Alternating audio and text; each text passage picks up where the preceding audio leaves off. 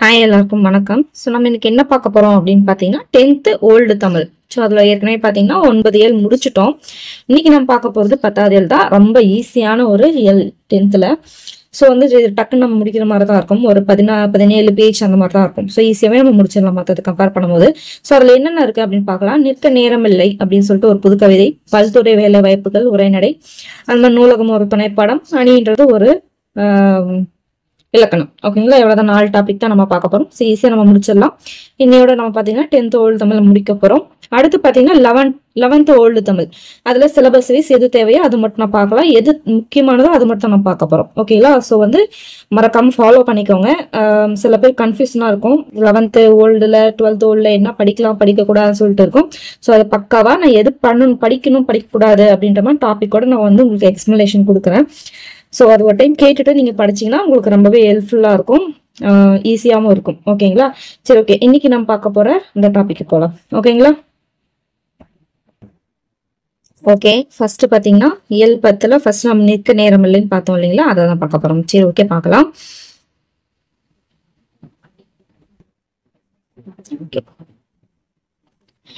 Okay, நிற்க நேரம் இல்லை. நம்மளுக்குமே என்ன பண்ணுது, நிற்க நேரம் இல்லை. டிஎன்பிசி ஆஸ்பிரன்ஸ்லாம் வேகமா நம்ம என்ன பண்ணலாம், படிக்கலாம். சீக்கிரம் செல்லுக நேர்வழியில் அதை செத்தைகள் கூடிய தூர்க்கு முன்னே நோக்கி அத்திசை நேர் திசையில் துளிச்சோம்பலும் இன்றி நடையிடு. நீ கால்கள் 2 படைத்தவன், நீ பெருங்கல்லும் மலையும் கடப்பதற்கே. மேலிரு கைகள் அவைகள் உண்டே, அங்கு விம்மும் புதர்கள் அறுப்பதற்கே. கண்ணீரண்டு உள்ளன முன்னடக்க, இரு காதுகள் உண்டு துணை வரவே. விண்களை கீறி வழி சமைக்க உன்றன் வீர மனம் உண்டு செல்லுகவே. இன்றிலை பாருவோம் என்றிருந்தால் வழி என்னென்னவாகுமோ ஓரிரவில். சென்றிலை பாருக முற்றிடத்தே, தம்பி தேன் வந்து பாயும் உன் நெஞ்சிரத்தே. சாதனை பூக்களை ஏந்து முன்னே இங்கு நல்ல செடியிலை பாரிடுமோ. வேதனையாவும் மறந்தது பார் செடி வெற்றி கொண்டேந்திய புவினிலே. ஓகேங்களா, ஸோ இது வந்து என்னை பொறுத்த வரைக்கும் இது படிக்கும்போது, அதாவது நம்மளுக்கு ஏதாவது டிஎன்பிசி படிக்கிறவங்களுக்காகவே சொன்ன மாதிரி ஒரு ஃபீல் ஆகும். ஸோ அந்த அளவுக்கு எனக்கு இந்த லைன் வந்து ரொம்பவே பிடிக்கும் இது. ஓகே, அதோட அர்த்தத்தை பார்க்கும்போது உங்களுக்கு ஏன்னு சொல்லிட்டு புரியும். ஓகே, இது பாருங்க. சீக்கிரம் செல்லுக நேர்வழியில், சீக்கிரமா போகணும். பட் வந்து என்ன வழியில போகணும், நேர் வழியில போகணும். ஓகேங்களா, நம்ம சீக்கிரமா போகணும்ட்டு என்ன பண்ணக்கூடாது, குறுக்கொழியில போகக்கூடாது. அதை செத்தைகள் கூடியே தூர்க்கு முன்னே நோக்கி அத்திசை நேர்த்திசையில் துளி சோம்பலமின்றி நடையிடு. சோம்பல் இல்லாம நடையிடு நீ. கால்கள் 2 படைத்தவன் நீ, பெருங்கல்லும் மலையும் கடப்பதற்கே. கால்கள் உனக்கு எதுக்கு படைச்சிருக்கு, பெருங்கல்லும் மலையும் கடப்பதற்காக தான். மேலிரு கைகள் அவைகள் உண்டு, எதுக்காக, அது விம்மும் புதர்களும் அறுப்பதற்கே. இப்ப நீங்க ஒரு காட்டுக்குள்ளார போறீங்கன்னு வச்சுக்கோங்க, அந்த காடு வந்து உங்க வாழ்க்கைன்னு நினைச்சுக்கோங்க. ஓகேங்களா, ஸோ உங்க வாழ்க்கையில பல கஷ்டங்கள், இன்பம், துன்பம் எல்லாமே கலந்து வரும் இல்லையா. ஸோ இன்பம் அப்படின்னும் போது தென்றலா இருக்கலாம், அது ஒரு பூ மரமா இருக்கலாம், பல மரமா இருக்கும், அப்படியே எடுத்துக்கலாம். இதே பாத்தீங்கன்னா இந்த தூறு புதர் இதெல்லாம் இருக்கு இல்லையா, நம்ம கால் தடுக்கி விட்டுற அந்த இதெல்லாம் எல்லாமே பாத்தீங்கன்னா நம்மளுக்கு வர துன்பங்கள், நம்மளுக்கு தடைகள், நம்மளை சோதிக்க வர ஒரு விஷயம் அப்படின்ற மாதிரி எடுத்துக்கலாம். அததான் வந்து சொல்றாங்க. ஸோ அதனால என்ன பண்ற, கால் 2 உனக்கு இருக்கு, எதுக்காக உனக்கு இருக்கு, பெருங்கல்லும் மலையும் கடப்பதற்கே. கல்லும் மலையும்னா அதாவது பாத்தீங்கன்னா நம்மளுக்கான தடைகள். மலைன்றது நம்மளுக்கு முன்னாடி ஒரு தடையா நிக்கணும், போற இடத்துக்கு வந்து தடுத்து நிக்கிற மாதிரி இருக்கும். கல்லு வந்து நம்ம போற இடத்துக்கு போக விடாம காலை தடுக்கி விட்டுறதுக்காக காத்துட்டு இருக்கும். பட் அது எல்லாத்தையும் நீ தாண்டி போறதுக்காக தான் உனக்கு 2 கால் இருக்கு. போயிட்டே இருக்கும்போது என்ன ஆகும், அடிக்கடி வந்து பாத்தீங்கன்னா அந்த மரம் விழுதுலாம் கிராஸ் ஆகும், புதர் வந்து நம்மள இது பண்ணும். இதெல்லாம் வந்து அதெல்லாம் தடுத்து போறதுக்கு உனக்கு கையே இருக்கு, அதெல்லாம் தூக்கி எரிஞ்சிட்டு அறுத்து எரிஞ்சிட்டு போயிட்டே இரு. அதான் அந்த விம்மும் புதர்களும் மறுப்பதற்கு தான் என்ன இருக்கு, உனக்கு மேல 2 கைகள் இருக்கு. கண்ணீரண்டும் இல்லைன்னா முன்னடக்க, முன்னாடி நடக்க பார்த்து நடக்கிறதுக்கு அது உனக்கு கண்ணு இருக்கு. இரு காதுகள் உண்டு துணை வரவே, உனக்கு துணையா வர்றதுக்கு 2 காதுகள் இருக்கு அப்படின்றாங்க. அது மாதிரி விண்களை கீறி வழி சமைக்க உந்தன் வீர மனம் உண்டு செல்லுக அப்படின்னு சொல்லிட்டு சொல்லுவாங்க. அதே மாதிரி இது பாருங்க. இன்றிலை பார்வோம் என்றிருந்தால் வழி என்னென்னவாகுமோ ஓரிரவில். அதாவது இன்றிலை பார்வோம் அப்படி, இன்னைக்கு நம்ம இலைப்பாருவோம் அப்படின்னு இருந்தா வழி என்னென்னவாகுமோ ஓரிரவில். ஒரு இரவுல ஒரு ராத்திரில என்னென்ன ஆகுமோ. சென்றிலை பாருக முற்றிடத்தே, தம்பி தேன் வந்து பாயும் நெஞ்சிடத்தே. சோ வந்து போயிட்டு அந்த இடத்துக்கு போயிட்டு இலை பாருங்க, அந்த முற்றத்துக்கு போயிட்டு முடிச்சிட்டு இலை பாருங்க. தம்பி என்ன பண்ணும், தேன் வந்து பாயும் நெஞ்சிடத்தே, உன் நெஞ்சில வந்து தேன் வந்து பாயும். சாதனை பூக்களை ஏந்து முன்னே இங்க நல்ல செடி இலை ஆறிடுமோ. அதாவது பாத்தீங்கன்னா ஒரு நல்ல செடி ஒரு நல்ல சாதனை பூக்களை வந்து அதாவது பூவை வந்து பூக்கறதுக்கு முன்னாடி இலை பாருமா ஆகாதுல்ல, அந்த மாதிரி சாதனைன்ற ஒரு விஷயம் நீ ஏந்துறதுக்கு முன்னாடியே நீதான் வந்து அந்த செடி வந்து இலைப்பாருமா இலைப்பாறக்கூடாது இல்லையா, அதான் சொல்றாங்க. வேதனையாவும் மறந்ததுப்பா. சோ அந்த சாதனை பூ ஏந்தின உடனே அந்த வேதனை எல்லாமே என்ன ஆகும், மறந்ததுப்பா. செடி வெற்றி கொண்டேந்திய பூவினிலே. ஓகேங்களா, அப்படின்னு சொல்லிட்டு அந்த ஆஹ் சாலை இளைஞர்கள் வந்து ஒரு இதா வந்து சொல்லியிருக்காங்க. ஸோ அதான் சொல்றாங்க. ஸோ வந்து டிஎன்பிசி படிக்கிற நீங்களும் அப்படிதான் இருக்கணும். ஸோ இன்னைக்கு நம்ம கொஞ்ச நாள் இலைப்பாரிக்கலாம் அப்படின்னு சொல்லிட்டு உட்காந்தீங்கன்னா அடுத்த நாள் என்ன நடக்கும்னே சொல்ல முடியாது. எதாவது சேஞ்ச் பண்ணுவாங்க, நாளைக்கு திடீர்னு புக்கு சேஞ்ச் பண்ணுவாங்க, சிலபஸ் சேஞ்ச் பண்ணுவாங்க. அப்ப எத்தனை நாள் நம்ம படிச்சதெல்லாம் வேஸ்டா போயிடும். புரியுதுங்களா? ஸோ அதனால என்ன பண்ணுங்க, என்னென்ன ஆகுமோ அந்த ஒரு ராத்திரில என்னென்ன ஆகும்னு தெரியாது. அதனால பாருங்க, நம்ம போய் நம்ம போக வேண்டிய குறிக்கோள் அடைஞ்சிட்டு அதுக்கப்புறம் இலைப்பாரிக்கலாம். அதுக்கு முன்னாடி அந்த ஓய்வுன்ற விஷயமே இருக்கக்கூடாது. ஓகேங்களா? சோ அப்ப அந்த டைம்ல என்ன ஆகும், அந்த மாதிரி போய் நீ இது சேர்ந்துட்ட, உன்னோட குறிக்கோள் அடைஞ்சிட்ட அப்படின்னா தேன் வந்து அந்த அந்த ரிசல்ட் நம்மளுக்கு தேன் வந்து பாயிரமா தான் இருக்கும். அததான் சொல்றாங்க. அதே மாதிரிதான் சாதனை பூக்களை ஏந்து முன்னே இங்க ஒரு நல்ல செடி, ஒரு குறிக்கோள் நோக்கி போன்ற ஒரு எண்ணத்தோட இருக்கிறவங்க அந்த மாதிரி இலைப்பாருவாங்களா? சோ அந்த வேதனை எல்லாம் மறந்து போயிடும் அந்த சாதனை பூ வந்து என் கையில ஏந்தும் போது அப்படின்னு சொல்லிட்டு சாலையில இருந்துட்டு சொல்லியிருக்காங்க. சோ அதான் சொல்லியிருக்காங்க. சோ வாழ்க்கையாகிய வழித்தடம் குப்பை கூலங்களால் அடைப்படும் முன் நீ நேர்வழியில் துளியும் சோர்வில்லாமல் விரைந்து செல்ல வேண்டும். இப்ப நம்ம ஒரு இடத்துல அப்படியே உட்காந்துக்கிட்டோம் அப்படின்னு என்ன பண்ண, நம்ம வழித்தடம் ஃபுல்லா குப்பையே தேங்கி நிக்கும். காத்தால அடிச்சுட்டு வரும், எவனா வந்து கொட்டுவாங்க, ஏதோ ஒன்று பண்ணுவாங்க, எப்படியோ ஒரு குப்பை கூலம் வந்து அடைச்சிரும். இதே நம்ம அந்த இடத்த வந்து முன்னாடி நேர் வழியில போக ஆரம்பிச்சோம்னா கொஞ்சம் கூட சோர்வு இல்லாம அந்த மாதிரி போ அப்படின்றாங்க. கல்லும் முள்ளும் உள்ள மலைப்பாதைகளை கடப்பதற்கு தான் உன்னோட 2 கால்கள் வந்து இருக்கு. சோ அதே மாதிரி நடக்கும் பாதையில வளரும் புதர்களை அழிப்பதற்கு தான் உன்னை வந்து 2 கைகள் இருக்கு. செல்லும் வழியில் முன்னேறி செல்வதற்கு கண்களும் காதும் துணையா இருக்கு. இவற்றுடன் மன உறுதியும் இருந்தால் விண்ணையும் கடந்து வெற்றி கொள்ளும் வழியை காணலாம். இன்று ஓய்வெடுத்து நாளை செல்லலாம் என்று எண்ணினால் ஒரு இரவுக்குள் வழித்தடத்தில் என்னென்ன நேருமோ பணியை முடித்து ஓய்வு பெருக தம்பி இனிக்கும் செய்திகள் உன் மனதில் வந்து குவியும். செடிகள் பூப்பதற்கு முன் ஓய்வு எடுப்பதில்லை. அந்த மாதிரி செடியின் வெற்றி பூவில் உள்ளதை போல் உன் வெற்றிகளால் துன்பங்களையாவும் ஓடிவிடும் அப்படின்னு சொல்லிட்டு அழகா சொல்லியிருக்காரு. இது வந்து நம்ம ஆக்சுவலி நம்மளுக்கு சொன்ன மாதிரியே இருக்கு இல்லைங்களா? சப்போஸ் வந்து உங்களுக்கு ஏதோ ஃபீல் ஆகுது, ஒரு தடை இருக்கு அப்படின்னா ஃபீல் ஆச்சுன்னா இன்னும் இந்த பாட்டை வந்து நினைச்சு பாருங்க, எழுதி கூட ஒட்டி வச்சுக்கோங்க. ஓகேங்களா? சரி, ஓகே. சொற்கள் பார்க்கலாம். செத்தைன்னா நமக்கு செத்தனாவே குப்பை குளம் நம்மளால தெரியும். இலைப்பாறுதல் என்னது, அப்ப ஓய்வெடுக்கிறது. அடுத்து பார்த்தோம்னா பிரித்தெழுதல். கண் 2 அப்படின்னா கண் கூட்டல் 2, ஓர் இரவுனா ஓர் கூட்டல் இரவு. அடுத்து ஆசை குறிப்பு சாலை இளந்தரியன். சோ அவர் பாத்தீங்கன்னா அவரோட அப்பா அம்மா பேர் பார்க்கலாம். ராமையா அன்னலட்சுமி, அவங்க அப்பா அம்மா பேரு. அப்பா பேரு ராமையா, அம்மா பேரு அன்னலட்சுமி. ஊர் பாத்தீங்கன்னா திருநெல்வேலி மாவட்டத்துல இருக்க சாலை நயினார் பள்ளிவாசல். அதனாலதான் அவருக்கு சாலை இளந்திரியன் பேர் வச்சிருக்காங்க. ஓகேங்களா? சோ சாலை நயினார் பள்ளிவாசல் எங்க இருக்கு? திருநெல்வேலி. சாலை நயினா பள்ளிவாசல். அடுத்து தில்லி பல்கலைக்கழகத்தில் தமிழ் துறை விரிவுரையாளராகி தமிழ் துறை தலைவரானார். ஃபர்ஸ்ட் பாத்தீங்கன்னா தில்லி பல்கலைக்கழகத்துல தமிழ் துறைக்கு பாத்தீங்கன்னா விரிவுரையாளரா இருக்காரு. அதுக்கப்புறம் பாத்தீங்கன்னா தமிழ் துறைக்கு அவர் அந்த உரையாளரா இருந்த தமிழ் துறைக்கு தலைவராகவே மாறுகிறாரு. அடுத்து உலக தமிழ் ஆராய்ச்சி கழகம், இந்திய பல்கலைக்கழக தமிழாசிரியர் மன்றம், தில்லி தமிழ் எழுத்தாளர் சங்கம், உலக தமிழ் பண்பாட்டு இயக்கம் தோன்ற காரணமானவர் பாத்தீங்கன்னா சாலை இளந்திரியன். ஓகேங்களா? சோ இதுல இருந்து எப்படி கொஸ்டின் கேட்பாங்க பாத்தீங்கன்னா சாலை இளந்தரியன் எதையெல்லாம் தோற்றுவித்தார், அதுல பொருந்தாதது எது அப்படின்ற மாதிரி கொடுப்பாங்க. சோ அது என்னன்னு சொல்லிட்டு தெரிஞ்சுக்கிட்டோம்னா தான் பொருந்தாதது எதுன்னு பார்க்க முடியும். ஃபர்ஸ்ட் பாத்தீங்கன்னா உலகத்தமிழ் ஆராய்ச்சி கழகம், அடுத்து இந்திய பல்கலைக்கழக தமிழாசிரியர் மன்றம், தில்லி தமிழ் எழுத்தாளர் சங்கம், உலகத்தமிழ் பண்பாட்டு இயக்கம். ஃபர்ஸ்ட் உலகம் பேஸ் பண்ணி 2 இருக்கா, உலகத்தமிழ் ஆராய்ச்சி கழகம் 1, அதே மாதிரி உலகத்தமிழ் பண்பாட்டு இயக்கம்.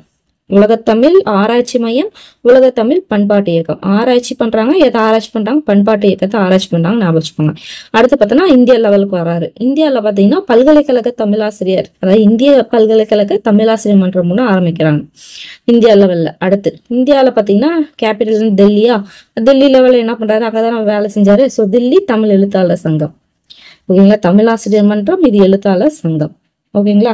So okay. அடுத்து 1991 தமிழக அரசின் பாவேந்தர் விருது வந்து பெற்றார். ரொம்ப முக்கியமான ஒரு பாயிண்ட்.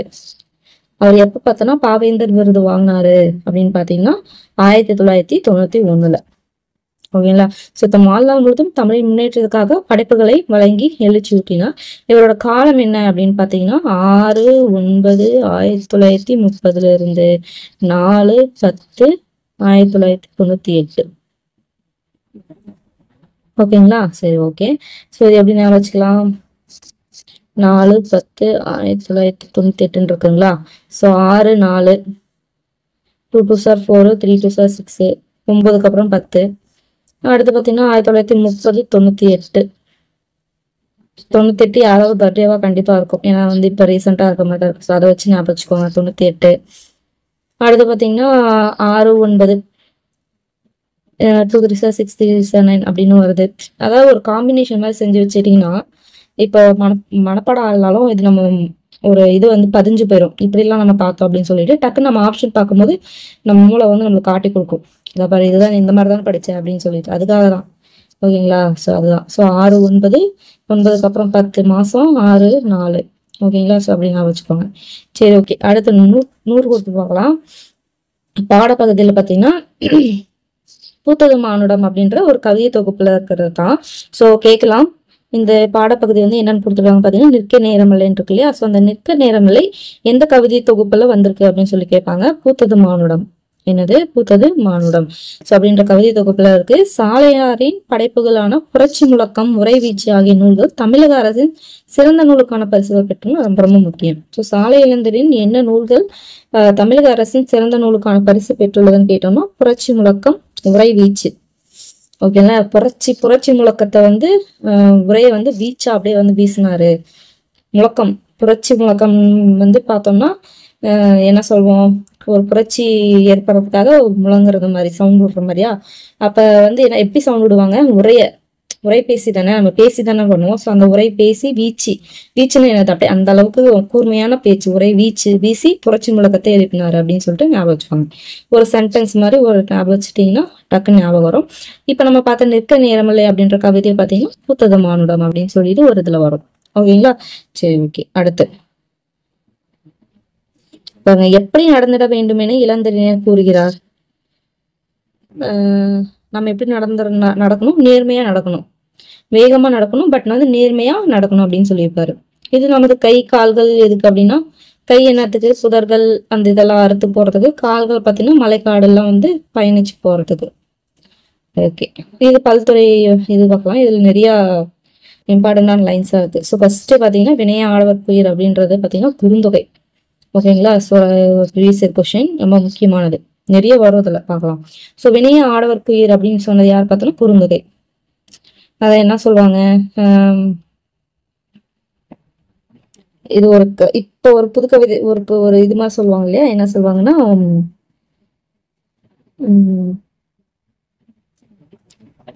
உயிர் குறுந்தொகை.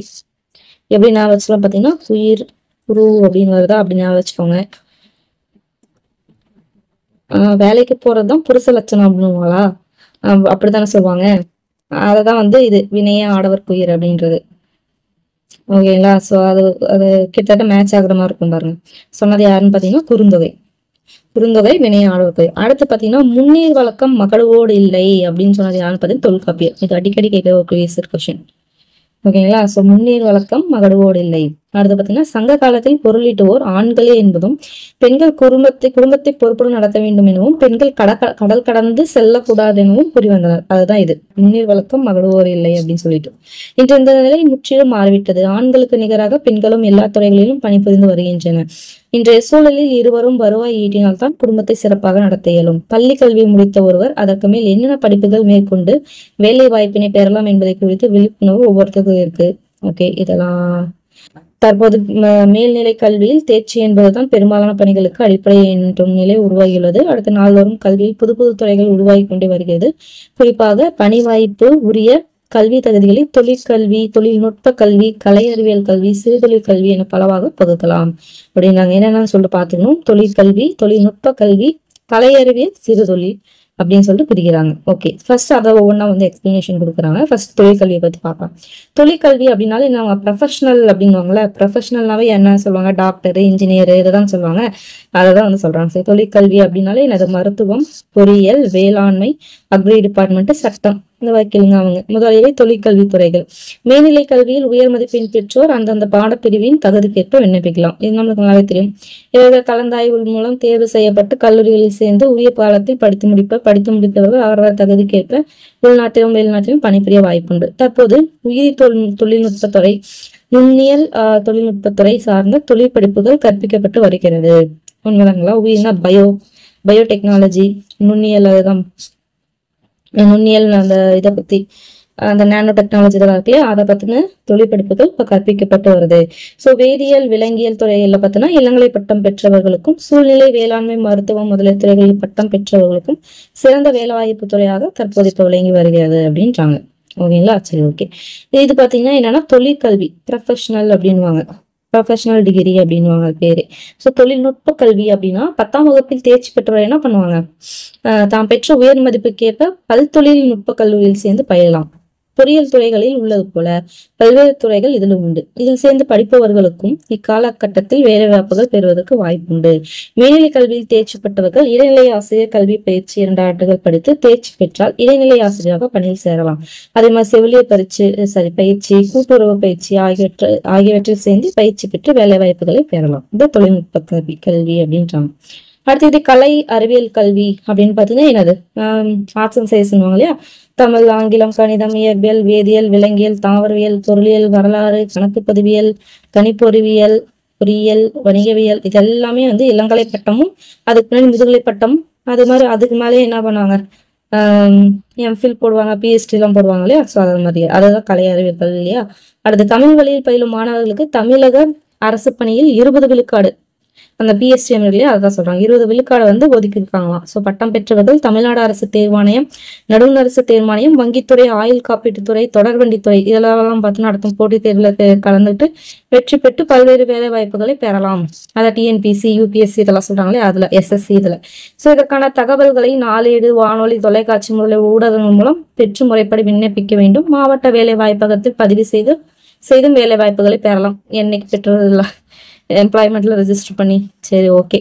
சிறுதொழில் கல்வி இது பாத்தீங்கன்னா என்னது, ஆர்ட்ஸ் அண்ட் சயின்ஸ் படிச்சா அவங்களுக்கான வழி என்ன அப்படின்றாங்க. இது சிறுதொழில் கல்வி அப்படின்னு பார்த்தோம்னா 10ஆம் வகுப்பில் சேர்ந்து பெறாதவர்கள் தொழில் பயிற்சி நிறுவனங்களில் சேர்ந்து 1 ஆண்டு இல்லைன்னா 2 ஆண்டு பயிற்சி பெற்று பணியில் சேரலாம். இது எதுன்னு பார்த்தீங்கன்னா அது கம்மியர், கடைசல் பிடிப்பவர், கட்டட வரைவாளர், நில அளவையர், தச்சர் படிப்புகளும் இயந்திரம், அடுத்து என்ன, இயந்திரம், வாகனம், தொலைக்காட்சி, குளிரூட்டும் கருவி, செல்போன், இந்த ஏசி மெக்கானிக் இதெல்லாம் பண்றாங்களே அவங்க, இதெல்லாம் பழுது பாக்குறாங்களே, அதெல்லாம் தொழிற்கல்வின்னு சொல்றாங்க.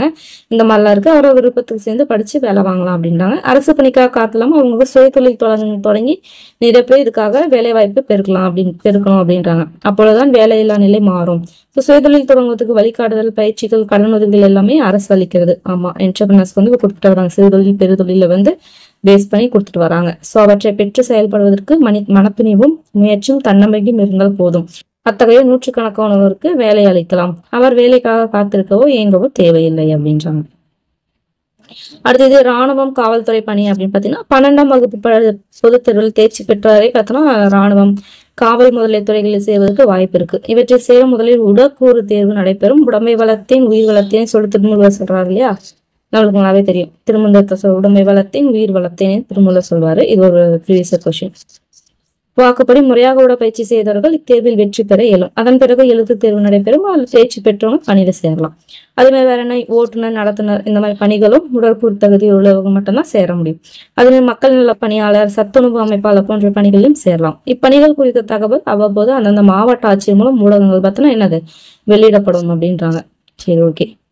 அடுத்து வெறுங்கை என்பது மூலத்தனம், விரல் 10 மூலத்தனம் சொன்னது தாராபாரதி. இது ஒரு ப்ரீவியஸ் கொஸ்டின். ஓகேங்களா? So okay. ஸோ இதுல ஒவ்வொரு கோட்ஸ் சும்மா நம்ம என்னன்னு தெரிஞ்சுக்கிறதுக்காக கொடுத்துருக்காங்க, ஜஸ்ட் பார்த்துக்கலாம். ஓகே. அடுத்து சங்க காலத்தில் பெண்கள் கடல் கடந்து செல்லக்கூடாதுன்னு சொல்லியிருக்காங்க. நாள்தோறும் கல்வியில் பல துறைகள் உண்டாக்கி கொண்டிருக்கின்றன வருமா.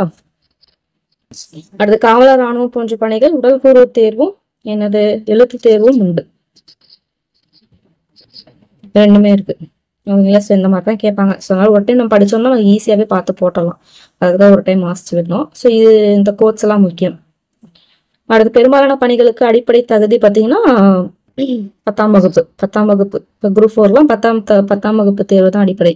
ஓகே. விரதம் 10 மூலதனம் என்னும் பாலின் ஆசையான்னு பார்த்தீங்கன்னா தாராபாரதி. இந்த சந்திப்புல இதெல்லாம் நீங்களே ட்ரை பண்ணுங்க.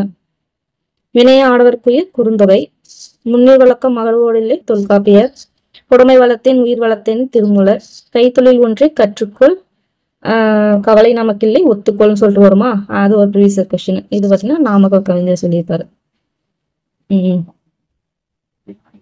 ஓகே, இது சும்மா பார்த்துக்கோங்க. பிஏனா நம்மளுக்கு நல்லாவே தெரியும், பேச்சுலர் ஆஃப் ஆர்ட்ஸ், அதை தான் இளங்கலைன்னுவாங்க. இது எம்ஏன்னு முடிச்சோம்னா முதுகலைன்னுவாங்க இல்லையா. ஸோ பிஎஸ்சினா இளம் அறிவியல் முது அறிவியல், பிகாம்னா இளம் வணிகவியல் முது வணிகவியல், லிட்ரேச்சர்னா இலக்கியம், ஸோ இளங்கலை இலக்கியம், பிஎட் இளங்கல்வியல், பேச்சுலர் ஆஃப் எஜுகேஷனா இளங்கல்வியல். அடுத்து எம்எட் அப்படின்னா முதுகல்வியல், பிஎஸ்டினா முனைவர் பட்டம்னுவாங்க, பிஎஸ்டி. அது ஐஏஎஸ் அப்படின்னா இந்திய ஆட்சி பணி, இது காவல் பணி, இது வனப்பணி, இது என்ன வருவாய் பணி. அடுத்து இது என்ன இளம் பொறியியல், இது பார்த்தீங்கன்னா முது பொறியியல், இது என்ன இளம் தொழில்நுட்பவியல் முது தொழில்நுட்பவியல். ஓகேங்களா, சரி ஓகே. இது பேர்ல இருக்கு, ரொம்ப கஷ்டப்பட்டு நம்ம படிக்க வேண்டிய அவசியம் இல்லை. அடுத்து நூலகம் ஒரு முக்கியமானது, இது டைரக்டாவே சிலபஸ்ல இருக்கும். ஓகேங்களா, சரி ஓகே. நூலகம் என்னும் சொல்லை கேட்டவுடன் ஒவ்வொருவருக்கும் ஒவ்வொரு வகையான உணவு தோன்றும். நூலகத்தில் நிலவும் அமைதி, நூல்களில் ஒழுங்கான வரிசை அமைப்பு, புதிய நூல்களின் கலப்படமான மனம். ஓகே, அடுத்த நேரம் கடந்த தெரியாமல் நூல்களை படித்த பாசம். ஓகே, இது வேண்டாம். ஓகே, இது பாருங்க, நூல்களின் தோற்றம். பழங்காலத்தில் மக்கள் தனது எண்ணங்களையும் செய்திகளையும் வெளிப்படுத்துவதற்கு கற்பாறைகள், களிமண் பலகைகள், மரப்பட்டைகள், தோள்கள், துணிகள், பனை ஓலைகள் இது எல்லாத்தையுமே என்ன பண்ணாங்க, பயன்படுத்தினாங்க. ஸோ தமிழகத்தை பொறுத்த மட்டும் பார்த்தோன்னா ஓலைகள் தான் மிகுதியா பயன்பட்டுச்சு. கொஸ்டின் எப்படி கேட்பாங்க, தமிழகத்தை பொறுத்த மட்டும் டேஸ் மிகுதியாக பயன்படுத்தப்பட்டன அப்படின்னு கேட்டாங்கன்னா ஓலைச்சுவடி தான். நம்ம சும்மானது ஓலைச்சுவடி தான் சொல்லிட்டு இருப்போம். ஸோ அதை வச்சுக்கலாம். அடுத்து பனை ஓலைகளை பதப்படுத்தி எழுதத்தக்க ஓலைச்சுவடிகள் ஆக்கினாங்க. அதுக்கப்புறம் என்ன பண்ணாங்க, சுவடிகளில் எழுதிய பின்பு சுவடிகளின் மேலும் கீழும் துண்டு பலகைகளை வைத்து கட்டினர். அவற்றை பெட்டிகளில் பாதுகாப்பாக வைத்ததுடன் பூச்சிகள், கரையான்கள் இதெல்லாம் அரிக்காமல் இருப்பதற்காக கல்கண்டு, துளசி, வேப்பிலை இதெல்லாம் பொருள்களையும் இட்டு வைத்தனர். ஸோ ஓலைச்சுவடிகளை மஞ்சள் நீரில் நனைத்து பாதுகாக்கப்படுவதும் உண்டு. உலக இலக்கிய துறையில் நிகழ்ந்த ஒரு இது பார்த்துக்கோங்க, எந்த நீரில் நினைச்சிருக்காங்க அப்படின்னு பார்த்துக்கோங்க. அதே மாதிரி அது அதிகமாக என்னென்ன யூஸ் பண்ணாங்க பார்க்கணும், கல்கண்டு, துளசி, வேப்பிலை. ஓகேங்களா. உலக இலக்கிய துறையில் நிகழ்ந்த ஒரு மாபெரும் புரட்சின்னது காகிதம். அதுக்கப்புறம் தான் இந்த உலக நாடுகள் அனைத்திலும் கடந்த சில நூற்றாண்டுகளாக எழுதவும் அச்சிடவும் காகிதங்களையும் என்ன பண்றாங்க, பயன்படுத்திட்டு வராங்க. ஓகேங்களா. ஸோ இது வந்து எப்படி நூல்கள் வந்து எப்படி தோன்றுச்சு அப்படின்றதுக்கான ஒரு இது விஷயம். அடுத்து நூலகத்தின் பண்டைய நிலை. நூலகத்துல பண்டைய நிலை எப்படி இருந்துச்சுன்னு பார்க்கலாம். பண்டைய காலத்துல கல்வி அறிவு பெற்றோரின் எண்ணிக்கை கொஞ்சம் குறைவாக தான் இருந்துச்சு. எனவே மக்களிடையே நூல்களின் புழக்கமும் கொஞ்சம் கம்மியா தான் இருந்துச்சு. அரண்மனைகளிலும் மாளிகைகளிலும் மாடங்களிலும் கோவில்களிலும் மட்டும் படிக்கும் நோக்கின்றி பெருமை சேர்க்கும் நோக்கோடு மட்டுமே என்னது நூல்கள் அடுக்கி வைக்கப்பட்டிருந்துச்சு. ஒரு பெருமைக்காக எல்லாம் அடுக்கி வச்சுக்கிற மாதிரி, என் வீட்லயும் ஒரு இது இருக்கு, என் புருஷனும் கச்சேரிக்கு போனா அப்படின்ற மாதிரி நாங்களும் லைப்ரரி வச்சிருக்கோம், ஒரு பெருமைக்காக வச்சதோட சரி. ஆனா பிற்காலத்துல என்ன பண்ணுச்சு, இந்த நிலை மாறுச்சு. நூல்கள் வந்து படிப்பதற்கே அப்படின்ற எண்ணம் தலைத்து அதன் விரிவாக்கமாக நூலகங்களும் உருப்பெற்றன அப்படின்றாங்க.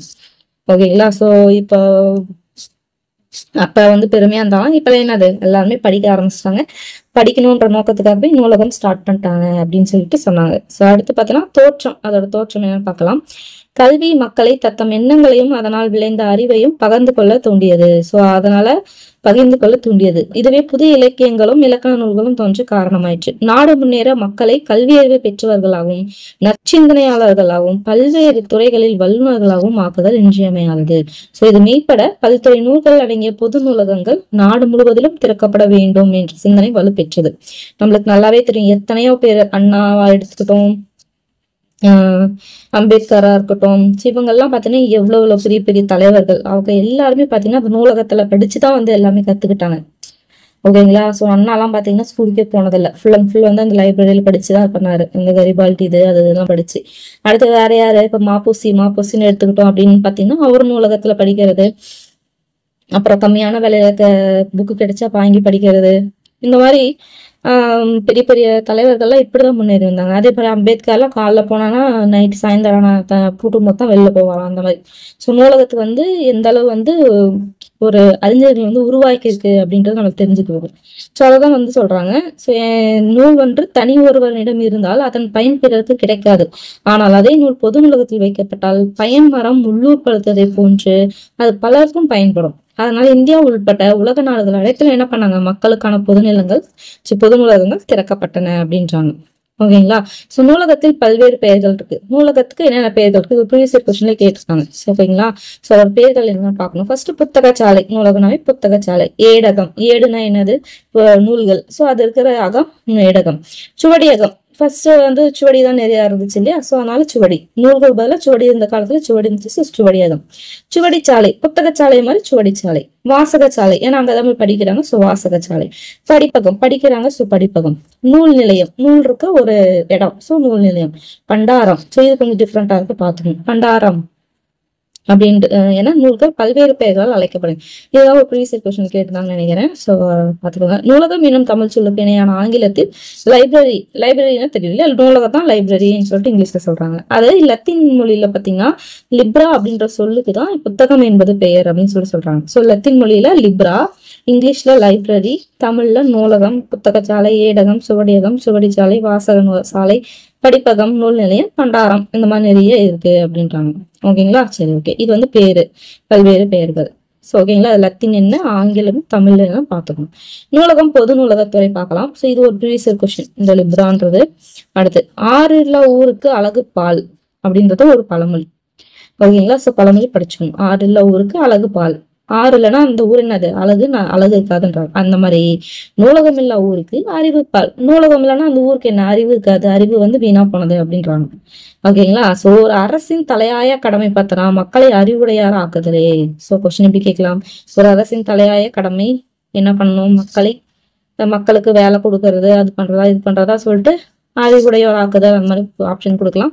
சோ அறிவுடையார் ஆக்குதல். அதற்கினங்க ஊர்தோறும் நூலகம் அமைத்தல் வேண்டும் என்பதை முதன்மை குறிக்கோளாக கொண்டு பொது நூலகத்துறை செயல்படுகிறது. பகுதியில் வாழும் மக்கள் தொகைக்கு ஏற்ப பல நிலைகளில் பொது நூலகங்கள் அமைக்கப்பட்டுள்ளன. இவற்றில் தனியார் அல்லது நிறுவனங்களின் கட்டுப்பாடில் உள்ள நூலகங்கள் அவற்றுக்கு உரியோர் மட்டுமே பயன்படுத்த இயலும்.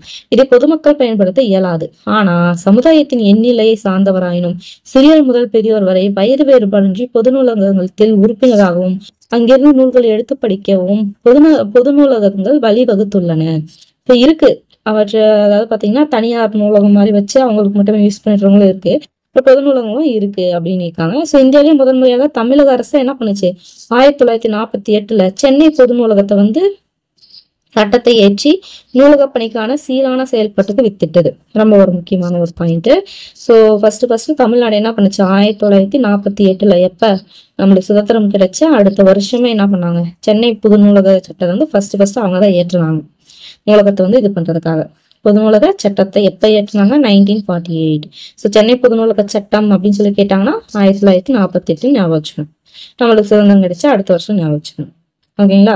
சரி, ஓகே. அடுத்து அண்ணா நூற்றாண்டு நூலகம் நம்மளுக்கு தெரியும் இல்லையா, 2010 அவரோட 100வது நாளா அண்ணாவை நூற்றாண்டு, அதாவது 100வது வருஷம் இதை நினைவு போற்றும் வகையில என்ன பண்ணாங்க, சென்னை கூட்டுறவுல 8 ஏக்கர் பரப்பளவுல வந்து பாத்தீங்கன்னா 8 ஏக்கர் 8 தளம் இருக்கிற மாதிரி என்ன பண்ணாங்க, ஒரு நூலகம் அமைச்சாங்க. ஸோ அதோட எத்தனை செலவு பார்த்தீங்கன்னா 172.12 கோடி செலவிலும், அதே மாதிரி பார்த்தீங்கன்னா 371,379 சதுர அடிகள் பரப்பலிலும் 8 அடுக்கு மாடி கட்டடமாயும் உயர்ந்து நிற்கிறது. இங்க ஏறத்தாழ 11.5 லட்சம் நூல்கள் இருக்கு. அதே மாதிரி ஒரே நேரத்துல 1200 பேர் உட்காந்து படிக்கிற அளவுக்கு இது பண்ணியிருக்காங்க. அது மட்டும் இல்லாம இணையத்துடன் கூடிய கணினி வசதி இங்க இருக்கு. ஸோ இது மாதிரிலாம் ஏசியும் இருக்கு, அதான் குளிரூட்டப்பட்டுள்ளது அப்படின்னு இருக்காங்க. ஸோ அண்ணாண்டு நூற்றாண்டு நூலகத்துல ஃபர்ஸ்ட் பாயிண்ட் என்ன, இது எப்ப ஸ்டார்ட் பண்ணாங்க, 2010. யாரோட இதுக்காகன்னு பாத்தீங்கன்னா அண்ணாவோட நூற்றாண்டு நினைவை போற்றும் வகையில எங்க பண்ணாங்க பாத்தீங்கன்னா சென்னை கோட்டூர்புரம். செகண்ட், எத்தனை ஏக்கர், 8 ஏக்கர் 8 தளம். அடுத்து எவ்வளவு செலவாச்சுன்னு பாத்தீங்கன்னா 172.12. ஓகேங்களா. பாருங்க, இங்க ஒரு 12, இங்க ஒரு 12, நடுவுல வந்து ஒரு 7 வருது, அது அப்படின்னு ஞாபகம் வச்சுக்கோங்க. ஓகே. அடுத்து இது செலவுல கோடி செலவு. கோடியா லட்சமான்னு கேட்கலாம். கோடி. லட்சம் எல்லாம் எப்பவுமே செலவு பண்றதுக்கு வாய்ப்பு இல்லை, கோடி தான் வரும். அடுத்து ஓகே, நூலகத்துக்காக செலவு பண்ணிருக்காங்க, நல்ல விஷயம். அதே மாதிரி நூலகம், இந்த நூலகத்தை எத்தனை சதுரடி அப்படின்னு பாத்தீங்கன்னா 371 379. இதான் 371 379 37 ஈஸியா இருக்கா, 1ல இருந்து 9 வரைக்கும் 37 37 இப்படி நான் வச்சுக்கோங்க சதுர அடி. அதே மாதிரி பாத்தீங்கன்னா எத்தனை நூல்கள் இருக்கு பாத்தீங்கன்னா 11.5 லட்சம் நூல்கள் வந்து இருக்கு. அதே மாதிரி எத்தனை பேர் உட்காந்து படிக்கலாம், 1200 பேர் உட்காந்து படிச்சுக்கலாம். ஓகேங்களா. ஸோ ஓரளவுக்கு அந்த நம்பர்ஸ் எல்லாம் ஞாபகம் இருக்குமா இருக்கா? ஒரு 2 டைம் இதை அப்படியே ஷார்ட்கட் மாதிரி ஞாபகம் வச்சுன்னா அப்படியே படிச்சீங்கன்னா டக்குன்னு உங்களுக்கு ஞாபகம் வந்துடும், மறக்கிறதுக்கு வாய்ப்பு இல்லை. அடுத்து பள்ளியும் நூலகமும். ஓகே, பள்ளி என்பது பாடக நூல்களை கொண்டு அறிவை விதைக்கும் களம். ஆனா நூலகமோ அறிவை வளர்த்து செழுமைப்படுத்தும் மற்றொரு களமாகும். ஓகேங்களா. ஸோ பள்ளியும் நூலகம் என்னது, இணை பிரியாதவை அப்படின்றாங்க. இதெல்லாம் என்னன்னு சொல்லலாம், பள்ளி என்பது என்ன, பாட நூல்களை கொண்டு அறிவை விதைக்கும். ஆனா நூலகன்றது அறிவை வளர்த்து செழுமைப்படுத்தும். இது அறிவை விதைக்கும், இது அறிவை வளர்க்கும். ஓகேங்களா. சோ அடுத்து பள்ளியும் நூலகம் இணை பிரியாதவை. இதனால் தான் அனைத்து பள்ளிகளிலும் நூலகம் இடம்பெற்றுள்ளது. சோ பள்ளியில் மாணவர்கள் ஓரிடம் நூலகம் வேறிடம் என்ற நிலையை மாற்ற நம் பள்ளி கல்வித்துறையில புத்தகம் பூங்கொத்து என்ற வகுப்புரை நூலக திட்டத்தை தொடங்கியுள்ளது. ரொம்ப ஒரு முக்கியமான ஒரு இது. ஓகேங்களா, புத்தக பூங்கொத்து. ஓகே, ஒரு ஸ்கீம் மாதிரி கூட நீங்க எடுத்துக்கலாம். ஓகேங்களா. சரி, அடுத்து வகுப்பறை நூலகத்தில் மாணவர்களின் வயதிற்கும் மனநிலைக்கும் ஏற்ப அறிவுசார் நூல்கள் இடம்பெற்றுள்ளன அப்படின்றாங்க. ஸோ புத்தக பூங்கொத்து இதுல முக்கியமான பாயிண்ட். ஓகேங்களா. சரி, ஓகே. இது அடுத்து பாத்தீங்கன்னா இந்த பாக்ஸ் கொஸ்டின் அப்படி லைனை தனியா படிக்கலாம். ஃபர்ஸ்ட் இதை மட்டும் முடிச்சிடலாம். அடுத்த நூலகமும் பயன்பாடும். மாணவர் பருவம் கற்றலுக்கு ஏற்றது. இப்பருவத்தில் பல வகை துறைகள் பற்றி அறிந்து கொள்ள வேண்டும். இதுக்கு பெரும் துணை இருப்பது பாத்தீங்கன்னா நூலகம் தான். ஏன்னா நம்ம படிக்கிறது இது ஆசிரியர் எல்லாத்தையும் சொல்லி கொடுக்க முடியாது. நாமளே இன்ட்ரெஸ்ட் எடுத்து போய் மற்ற போய் படிக்கணும். ஓகேங்களா. ஸோ நூலகத்தில் இலக்கியம், இலக்கணம், திறனாய்வு, தத்துவம், அறிவியல், கணிதம், வரலாறு, பொருளியல், வணிகம், மருத்துவம், கலை, மொழிபெயர்ப்பு, பொது அறிவு இதெல்லாம் பல்வகை தலைப்புகளான நூல்கள் இடம்பெற்றிருக்கன. ஸோ செய்தித்தாள்கள், வார மாத இதழ்கள், சிற்றிதழ்கள், சிறப்பிதழ்கள், வேலைவாய்ப்பு செய்திதழ்கள் இது எல்லாமே பார்த்தீங்கன்னா என்னது அந்த நூலகத்துல வச்சிருப்பாங்க இல்லையா. ஸோ அதெல்லாம் யூஸ் பண்ணிக்கணும். மாணவர் ஒவ்வொருவரும் நூலகங்களுக்கு சென்று அங்கு கிடைக்கும் அறிவு செல்வத்தை தவறாது பெற வேண்டும். அதே மாதிரி உள்ள செய்திகள் முதல் உலக செய்திகள் வரை பல்வேறு பொது அறிவு செய்திகளையும் பெற்று பயனடைய வாய்ப்பு நல்குவது என்னது நூலகம் தான். சரி, ஓகே. மாணவர்களாயினும் மற்றோராயினும் அனைவரது அறிவு பசியும் போக்கும் சிறப்பான இடம் எதுன்னு பார்த்தீங்கன்னா நூலகமாகும். சரி, படிச்சவங்க கூட ஓரளவுக்கு படிச்சவங்க கூட என்ன பண்ணுவாங்க, அவங்களுக்கு ஒரு நூலகமா இருக்கிறது டீ கடை மட்டும்தான். டீ கடையில் தான் நியூஸ் பேப்பர் இருக்கும். டெய்லி அந்த நியூஸ் பேப்பர் படிக்கணுன்றதுக்காகவே போறவங்களாம் இருப்பாங்க. ஓகேங்களா. ஸோ அந்த அளவுக்கு தெரிஞ்சு வச்சுக்கணும். ஸோ அதுக்கு இப்போ நூலகம் ஓபன் பண்ணிட்டாங்க இல்லையா. ஸோ படிங்க அப்படின்றாங்க. ஸோ மின்னணு காலமான தற்காலத்தில் நூலகங்களில் உள்ள நூல்கள் மின்னணு மயமாக்கி விட்டன. ஸோ இணையதள நூலகம், குறுவட்டுகள், மின்னணு ஒளிவட்டு, நுண்சுருள் இதுல மாதிரி வேறு சில வடிவங்களும் நூல்கள் உருமாற்றம் பெற்று நூலக பயன்பாட்டில் உள்ளது அப்படின்றாங்க. ஓகே, அடுத்து நூலகத்தினால் விளையும் நன்மைகள் என்ன அப்படின்னு பாத்தீங்கன்னா, பொருளாதாரத்தில் பின்தங்கிய மாணவர்களும் அதிக விலையுள்ள நூல்களை செலவின்றி படித்து பயன்பெறலாம். அப்படித்தானே. ஸோ இப்ப நாங்கெல்லாம் பார்த்தோம்னா ஒரு புக்கு பார்த்தீங்கன்னா எப்பயுமே பார்த்தீங்கன்னா 1000 ரூபாய் கம்மியெல்லாம் வாங்க முடியாது நாங்கள் இன்ஜினியரிங் படிக்கும்போது. ஸோ அதனால என்ன பண்ணுவோம் அப்படின்னு பார்த்தீங்கன்னா நூலகத்தில் அதாவது லைப்ரரியில தான் இருக்கும். ஸோ நாங்கள் போய் அதை எடுத்துட்டு வந்துடுவோம். அப்படி யார் ஃபர்ஸ்ட் போய் எடுக்கிறாங்கன்னு சொல்லிட்டு இது பண்ணிலாம் போய் எடுப்போம். திருட்டுத்தனமாலாம் போய் எடுப்போம். கிடைக்காது அவ்வளோ சீக்கிரம் புக்ஸ். ஸோ அதெல்லாம் வாங்க முடியாதுல்ல. அந்த நூல்கள் அந்த லைப்ரரி இருந்ததுனால எங்களுக்கு யூஸ்ஃபுல்லாக இருந்துச்சு. ஓகேங்களா. அதான் சொல்றாங்க. ஸோ எத்துறை சார்ந்த நூலையும் அச்சில் இல்லாத பல அரிய புத்தகங்களையும் படிக்கும் வாய்ப்பு கிடைக்கிறது. அதுமாதிரி பலத்துறை நூல்களையும் ஒரே இடத்தில் வீட்டிற்கு எடுத்து சென்று படிக்கும் வசதியும் உள்ளது. வீட்டுக்கு எடுத்து போய் படிக்கலாம், யூஸ் பண்ணிக்கலாம் இல்லையா. வீட்டில் இருந்தபடியே நூல்களை படிக்க வகை செய்யும் மின்னணு நூலகங்களும் இருக்கு. லைப்ரரின்னு சொல்லுவாங்க இல்லையா, அது இருக்கு இல்லையா. அது மூலியமா நம்ம என்ன பண்ணலாம், வீட்டுல இருந்தே படிச்சுக்கலாம். அதே மாதிரி நூலகமும் நாமும் நூலகத்தில் உள்ள நூல்களை கிளியாமலும் சேதமடையாமலும் பாதுகாப்பது நம்மளோட கடமை. அந்த அடுத்தவருக்கு பயன்பட ஏதுவாக இருக்கும். அதுல இந்த குவிக்கிறது, கிழிக்கிறது, கிறுக்கிறது இந்த மாதிரி விஷயம்லாம் இல்லாம பத்திரமா கொண்டு போய் எப்படி கொண்டு போய் படிச்சோமோ படிச்சு பத்திரமா கொண்டு போய் வைக்கணும். ஸோ அது மற்றவங்களுக்கு யூஸ் ஆகும் இல்லையா. வாழ்வில் வெற்றி பெற நூலகங்களை தொடர்ந்து பயன்படுத்துவோம். அறிவு வளர்வும் ஆற்றல் மிளிரவும் நூல்களை படிப்போம். ஸோ நூல்களை பேணி காக்கவும் நூலகங்களை போற்றி காப்போம் அப்படின்னு. ஓகேங்களா. ஸோ ஓகே, இது முக்கியமான அந்த சைடு இம்பார்ட்டன்ட் கொஸ்டின் கொடுத்துருப்பாங்க. அதுல ஆக்சுவலி கொஸ்டினே கேட்பாங்க மெயினா. ஸோ அதை பார்க்கணும். ஒரு மனிதன் ஆண்டுக்கு 2000 பக்கங்களாவது படித்தால்தான் அன்றாட உலக நடப்புகளை அறிந்த மனிதனாக இன்ஃபர்மேட்டிவ் மேன் ஆக கருதப்படுவான் அப்படின்னு சொல்லி யார் சொல்றாங்க, யுனெஸ்கோ. ஒரு மனுஷன் ஆண்டுக்கு பாத்தீங்கன்னா 2000 பக்கங்களாவது என்ன பண்ணுமா, படிக்கணுமா. அப்பதான் அவங்க அன்றாட நடப்புகளை மொத்தமா படிக்கிறது கிடையாது. ஓகேங்களா. அன்றாட அதை என்ன சொல்லுவாங்கன்னா கண்டதை படித்தால் கண்டதை சாப்பிட்டா குண்டன் ஆவாங்க. அதே மாதிரி கண்டதை படித்தா பண்டிதன் ஆவாங்க அப்படின்னுவாங்க. ஆக்சுவலி அந்த பழமொழி கேட்ட இது அதாவது கண்டதை அப்படின்னா கண்டதை படிக்கிறது, கண்டதை சாப்பிட்ற அப்படின்ற மாதிரி கிடையாது. கண்டதை பிரிக்கணும். கண்டு கூட்டல் அதைத்தான் கண்டதை அப்படின்னு சொல்லியிருக்காங்க. பழமொழினாவே அதுல எந்த இப்படி சொல்லிக்க வாய்ப்பில் ஏதோ விஷயம் இருக்குன்னு பார்க்கணும். கண்டு அதை சாப்பிட்டால் குண்டனாவாங்க.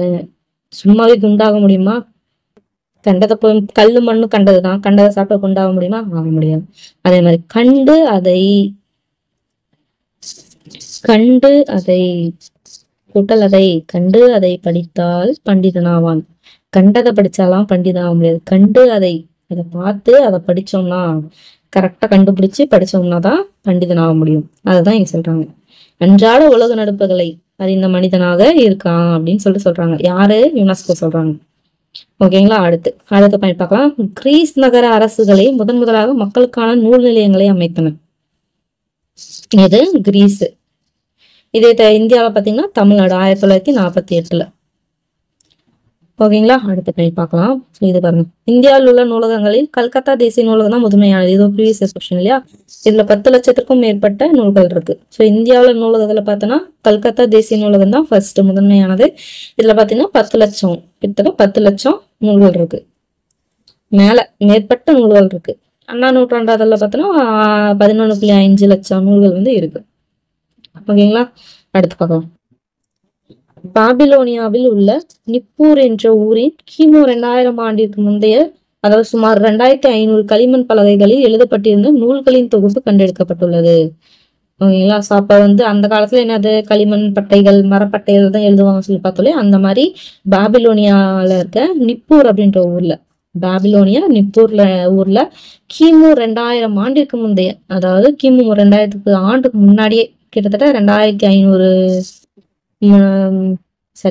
கிமு 2000 ஆண்டுக்கு முன்னாடி கிட்டத்தட்ட 2500 களிமண் பலகைகள் கிடைச்சிருக்கான், நூல்களோட தொகுப்பு. ஓகேங்களா? 2000 களிமண் எத்தனை ஆண்டுக்கு முன்னாடி? கிமு 2000 ஆண்டுக்கு முந்தையது. எங்க? பாபிலோனிய நிப்பூர். அடுத்து, நூலக பயன்பாட்டிற்காக விதிகளை உருவாக்கி தந்ததான் யாரு? சீர்காழி அரங்கநாதன். இவர் தான் இந்திய நூலக தந்தை அப்படின்னு சொல்லிட்டு போற்றப்பட்டதான் நம்மளுக்கு நல்லாவே தெரியும் இல்லையா? இது அடிக்கடி கேட்கிற ஒரு ப்ரீவியஸ் கொஸ்டின். நூலகனாலே இது மேக்சிமம் வந்துடும். அடுத்து பாத்தீங்கன்னா, தமிழகத்தில் உள்ள மிக பழமையான நூலகம் எதுன்னு சொல்றாங்க. ரொம்ப முக்கியமான ஒரு பாக்ஸ் கொஸ்டின். இதெல்லாம் சரஸ்வதி மஹால் நூலகம் நம்மளுக்கு நல்லா தெரியும், தஞ்சையில இருக்கு.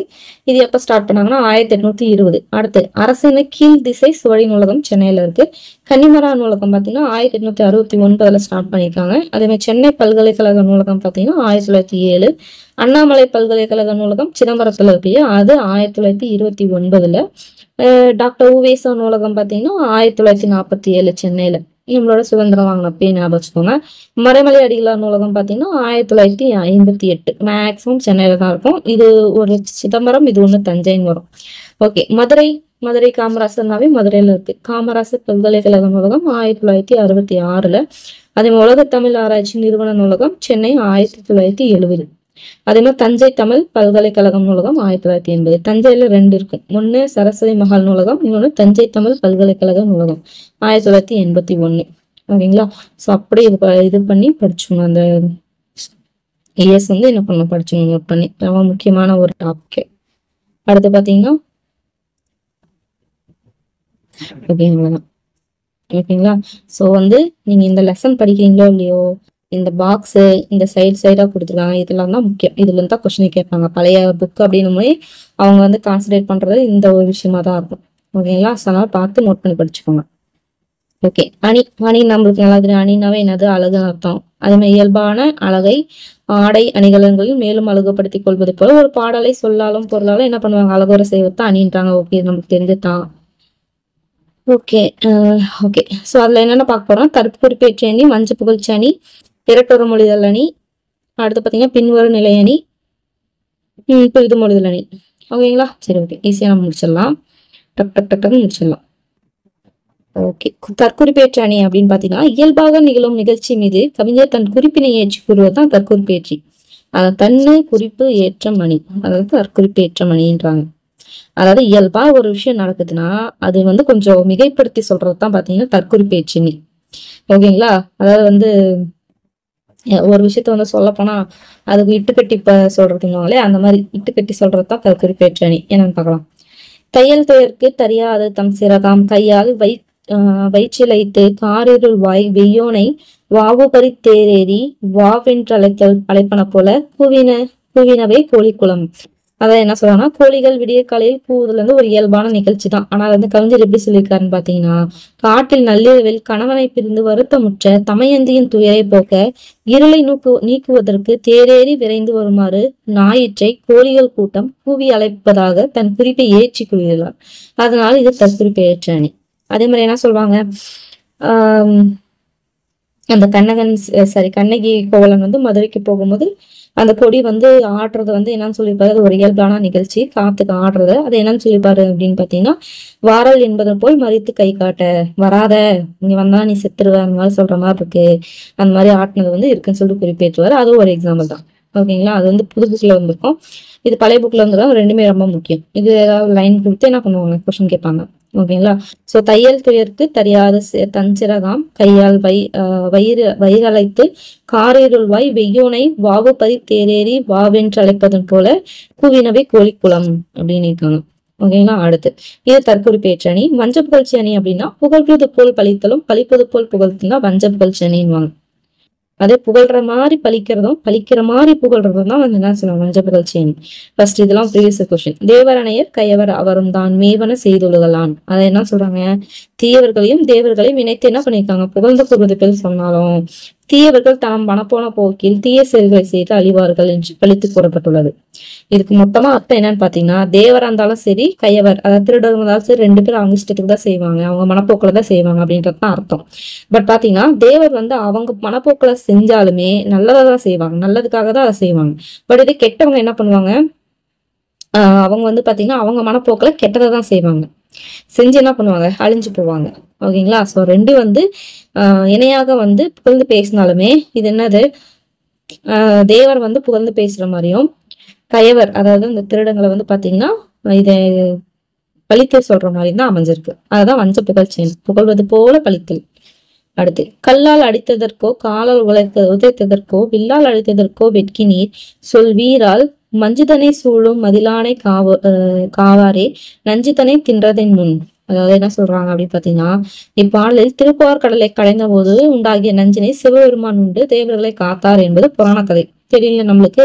இதை காலமிக புலவர் என்ன சொல்லியிருக்காருன்னு பாத்தீங்கன்னா, சிறிது மாற்றி ஒருவன் கல்லால் அடித்ததற்காகவும் இன்னொருவன் காலால் உதைத்ததற்காகவும் வேறொருவன் வில்லால் அடித்ததற்காகவும் வெட்கமடைந்து உயிர் வாழ விரும்பாமல் நஞ்சை உண்டார் என்று பழிப்பது போல சிவபெருமானை புகழ்ந்துள்ளார். இதுதான் வஞ்ச புகழ்ச்சி அணி அப்படின்றாங்க. ஓகேங்களா. சோ இதுல இருந்து எப்படிலாம் கொஸ்டின் கேட்கலாம் பாத்தீங்கன்னா, இதுல ஏதோ ஒரு லைன் கொடுத்து ஆசிரியர் யாருன்னு கேட்கலாம், காலமிக புலவர். ஓகேங்களா. சோ கல்லால் அடித்ததற்கோ காலால் உதைத்ததற்கோ வில்லால் அடித்ததற்கோ வெட்கி நீர் சொல் வீரால் மஞ்சுதனை சூழும் மதிலானை காவாரே நஞ்சுதனை தின்ற முன் அப்படின்னு சொல்லியிருக்காங்க. ஓகேங்களா. சோ அதே மாதிரி இது என்ன அணின்னு கேட்கலாம், யார் சொன்னாங்க பார்க்கலாம். இது வந்து ஒரு திருக்குறள் இல்லையா, திருக்குறள். ஓகே, வஞ்ச புகழ்ச்சி அணி. அடுத்து இரட்டொரு மொழிதல் வேற எப்படின்னு கேட்கலாம் அப்படின்னு பாத்தீங்கன்னா, இந்த தேவரணையர் கைவர் இது கொடுத்துட்டு இது வந்து பாத்தீங்கன்னா புகழ்வது போல பழித்ததா இல்ல பழிப்பது போல புகழ்வதான்னு கேட்கலாம். இது என்ன, புகழ்வது போல் பழிப்பது, இது பாத்தீங்கன்னா பழிப்பது போல் புகழ்வது. ஓகேங்களா. ரெண்டுக்கும் எக்ஸாம் கொடுத்துருக்காங்க, எது எதுக்குன்னு சொல்லிட்டு பாத்துக்கணும். ஓகேங்களா. அடுத்து இரட்டொரு மொழிதல். இரட்டொரு மொழிதல்னா ஸ்லேடை, ஒரு சொல் இரு பொருள்பட வரத்தான் இரட்டொரு மொழிதல்னுவாங்க, இதை ஸ்லேடைன்னுவாங்க. இதே ஒரு ப்ரீவியஸ் கொஸ்டின். ஸ்லேடைக்கு இன்னொரு பேர் எதுன்னு கேட்கலாம், இல்ல இரட்டொரு மொழிதலுக்கு இன்னொரு பேருன்னு கேட்கலாம். இது வந்து பாத்தீங்கன்னா ரெண்டா பிரிக்கிறாங்க. இரட்டொரு மொழிதல் எத்தனை வகைப்படும் பாத்தீங்கன்னா 2 வகைப்படும். இது ஒரு கொஸ்டின். செம்மொழி ஸ்லேடை பிரிமொழி ஸ்லேடை என்னன்னு பார்ப்போம். ஒரு செயலில் ஒரு சொல் பிரிவுபடாமல் இன்று ஒன்றுக்கு மேற்பட்ட பொருளை தருவதுதான் செம்மொழி ஸ்லேடை. பிரிமொழி ஸ்லேடைனா ஒண்ணும் கிடையாது, அதுக்கு ஆப்போசிட். பிரிவுபட்டு நின்று, அதாவது பாத்தீங்கன்னா ஒரு சொல் தனித்து நின்று ஒரு பொருளையும் அதை பிரிந்து நின்று வேறு பொருளையும் தரத்தான் பிரிமொழி ஸ்லேடை. இது பிரியாம ஒண்ணுக்கு மேற்பட்ட பொருளை தந்துச்சுன்னா செம்மொழி. இதை தனித்து நின்று ஒரு பொருளையும் பிரிஞ்சு நின்று ஒரு பொருளையும் தந்துச்சுன்னா அது பிரிமொழி ஸ்லேடை. அது பேர்ல இருக்கு இல்லையா. சோ ஒரு செயலில் அதை சொன்னான். ஓகேன்னா பார்க்கலாம். ஆடி குடத்தடையும் ஆடு போதையும் மூடி திறக்கின் முகம் காட்டும் ஓடி மண்டை பற்றின் பரபரவென்று பாரில் பின்னாக்கும் உண்டாம் உச்சிடு பாம்பு. ஓகே, உற்றிடு பாம்பு எல்லனவே எல்லனவே ஓது அப்படின்னு இருக்காங்க. அதாவது பால்ல பாம்பும் எல்லும் ரெண்டுக்கும் வந்து இது பண்ணியிருக்காங்க. அதாவது ஸ்லேடை வந்து சொல்லியிருக்காங்க, ரெண்டுத்தையும் கம்பேர் பண்ணியிருக்காங்க. அதாவது ஆடி குடத்தடையும் ஆடும்போதே இறையும் என்னும் முதலடி பாத்தீங்கன்னா படமெடுத்து ஆடிய பின் குடத்துக்குள் சென்றடையும். அதே மாதிரி பாம்பு என்ன பண்ணும், படமெடுத்து ஆடும்போது இரைச்சலிடும்.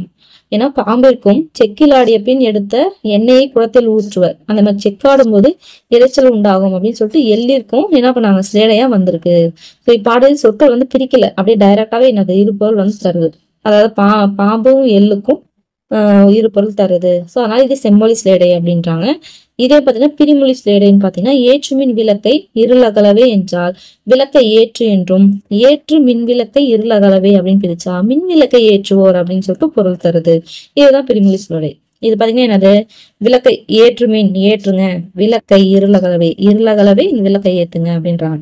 இப்ப இந்த மின்னை தூக்கி இங்க பக்கத்துல போட்டுக்கணும். என்னது, ஏற்று மின் விளக்கை இருளகல, இங்க வெறும் விளக்கு இங்க மின் விளக்குன்னு மாறுது.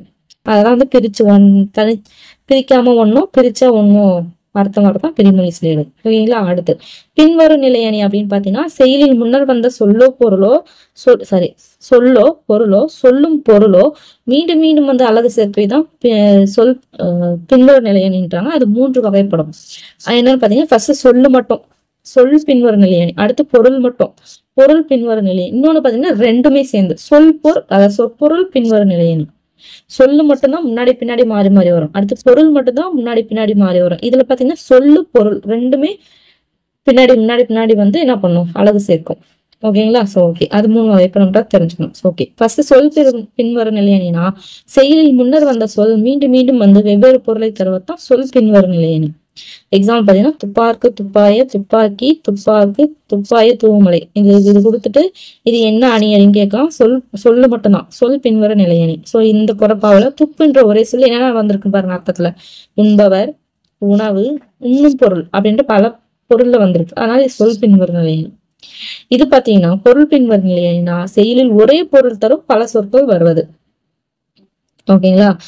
ஒரே பொருள் இது பாத்தீங்கன்னா ஒரே பொருள் தரும் பல சொற்கள் வரும். அதாவது பாத்தீங்கன்னா என்ன சொல்லியிருக்காங்க இந்த பாட்டுல, அவிழ்தல், அலறுதல், அடுத்து பாத்தீங்கன்னா நெகிழ்தல், அப்புறம் என்ன வில்லலா, விரிதல், விரிந்த, இதெல்லாம் இருக்குல்ல, இது எல்லாத்துக்கும் ஒரே அர்த்தம் மலர்தல் அப்படின்றது தான். நிறைய சொல் வந்து ஒரு பொருள். இது பாத்தீங்கன்னா ஒரே சொல் வந்து நிறைய பொருள் கொடுக்குது. ஓகேங்களா. ரெண்டும் கன்ஃபியூஸ் பண்ணிக்கூடாது. ஒரே சொல் வந்து நிறைய பொருள் கொடுத்துச்சுன்னா அது சொல் பின்வர நிலையணி. இதே நிறைய சொல் வந்து ஒரே ஒரு பொருள் கொடுத்துச்சுன்னா அதுதான் பாத்தீங்கன்னா பொருள் பின்வர நிலையணி. இங்க சொல்லு நிறைய வருதா அப்ப சொல்லு, இங்க பொருள் நிறைய வருதா அப்ப இது பொருள் அப்படின்னு நான் வச்சுக்கோங்க. எது கரெக்டா உங்களுக்கு பார்த்து எது புரியுதோ அந்த மாதிரி ஞாபகம் வச்சுக்கோங்க. ஓகேங்களா. சோ அதான் அவிழ்ந்தன தோன்றி அளந்தன காயா, நெகிழ்ந்தன நீர்முகை முல்லை, மகிழ்ந்தல் நின்றன கொன்றை விரிந்த, கருவிலை கொண்டன காந்தல் கொலை. சோ இதுல பாத்தீங்கன்னா மலர்தல் அப்படின்ற ஒரே ஒரு பொருள்ல என்னென்ன வந்திருக்கு, அவிழ்ந்தன, அலர்ந்தன, நெகிழ்ந்தல், அடுத்து பாத்தீங்கன்னா வில்லல், விரிதல் இந்த மாதிரி நிறைய வந்திருக்கு. அதனால இது பொருள் பின்வரும் நிலையணின்றாங்க. இது சொற்பொருள் பின்வரும் நிலையணினா முன்னர் வந்த செய்யுள் இல்ல முன்னர் வந்த சொல் மீண்டும் மீண்டும் வந்து ஒரே பொருளை தருவது. ஓகேங்களா. முன்னாடி வந்து ஒரு சொல்லு பார்த்தீங்கன்னா மீண்டும் ஒரே பொருளை தருது. என்னன்னு பாருங்க, தீயவை தீய பயத்தில்னா தீயவை தீனும் அஞ்சப்படும். அதாவது தீய என்னும் சொல் தீமை என்னும் ஒரே பொருள்ல தான் வந்திருக்கு. தீயனாலே அங்க ஒரே ஒரு பொருள் தான், என்னது, கெட்டது. அந்த மாதிரி திரும்ப திரும்ப வந்துச்சுன்னா அந்த சொற்பொருள் பின்வரும் நிலையணி. சொல்லும் ஒரே மாதிரிதான், பொருளும் ஒரே மாதிரிதான். இங்க என்னது, இதுல சொல்லுல என்னன்னு பார்த்தோம், ஒரே ஒரு சொல்லு ஆனா பல பொருள்.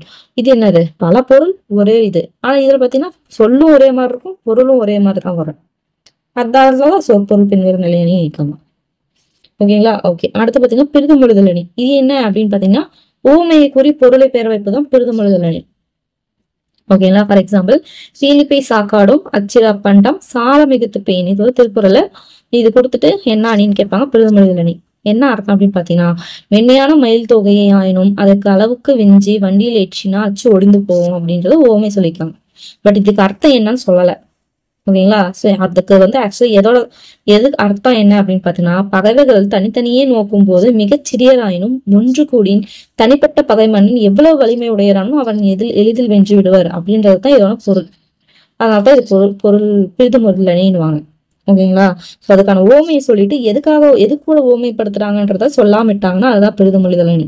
இங்க ஓமையை சொல்லிட்டாங்க, பட் வந்து பகைவர் கூட வந்து பகைவர் மன்னர் அந்த மாதிரி வருது இல்லையா, அந்த அது கூட ஓமைப்படுத்துறது வந்து சொல்லலை. அதனாலதான் இது வந்து பெரிதுமொழிதல் அணின்னுவாங்க. ஓகேங்களா? சரி, ஓகே, இது பார்க்கலாம். இந்த மாதிரி வினாக்கள் நீங்களே ட்ரை பண்ணுங்க.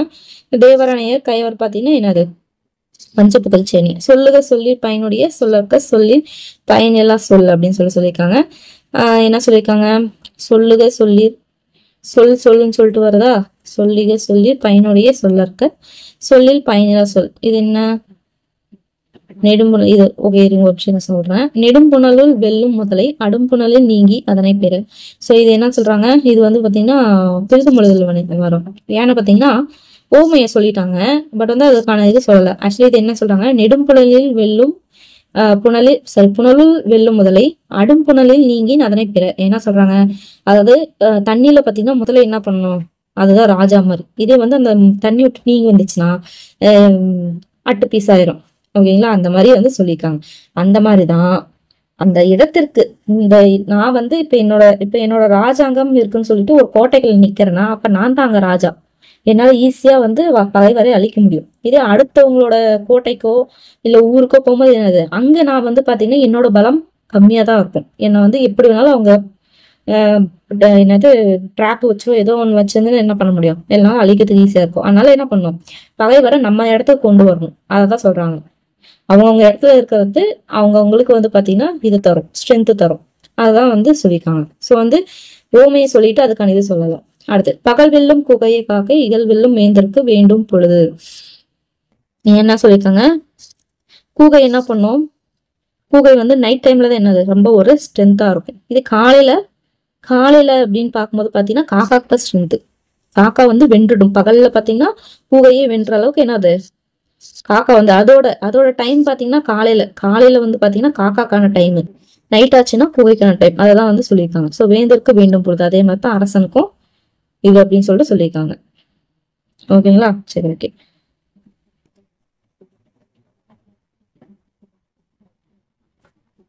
ஓகே, இது பாத்தீங்கன்னா சொல் பொருள் பின்வரும் நிலையணி அப்படின்னு சொல்லிட்டு வரும். ஏன்னு பாத்தீங்கன்னா சொல்லு அப்படின்றதுக்கும் இங்க அதே சொல்லுன்ற அர்த்தம் தான், இதுக்கும் சொல்லுன்ற அர்த்தம் தான். ஸோ சொல்லும் அதே வருது, பொருளும் அதே வருது. ஸோ சொல் பொருள் பின்வரும் நிலையணி. இது நம்ம இன்னே சொன்னோம் இல்லைங்களா, பெரிதுமொழிதல் அணி.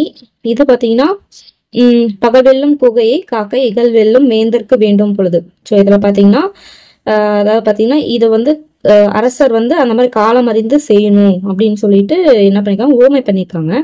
பட் வந்து இந்த போலன்ற ஓமை ஒரு பாத்தீங்கன்னா வெளிப்படையா இல்லாம மறைஞ்சு வந்திருக்கு இல்லையா, சோ அதனால இது வந்து எடுத்துக்காட்டு ஓமையணி அப்படின்னு சொல்லிட்டு வரும். ஓகேங்களா? சரி, ஓகே.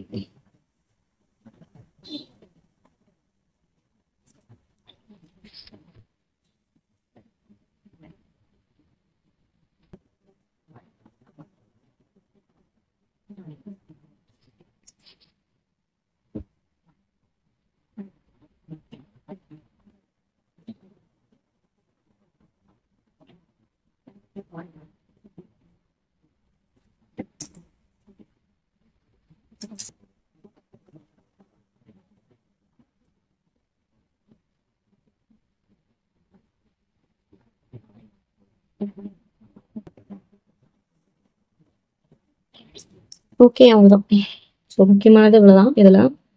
ஸோ கொஞ்சம் வந்து கம்மியாக தான் இருக்கும் இன்ஃபர்மேஷன், பட் முக்கியமான இன்ஃபர்மேஷன் நிறையா இருக்கும். ஓகேங்களா? ஸோ பார்த்து படிச்சுக்கோங்க. ஸோ இன்னொரு 10th ஓல்ட் புக் முடிஞ்சாச்சு, அடுத்து 11th வந்து பார்க்கலாம். ஸோ வந்து பார்த்தீங்கன்னா பார்த்து நோட் பண்ணி படிச்சுக்கோங்க. 11th மீட் பண்ணுறேன்.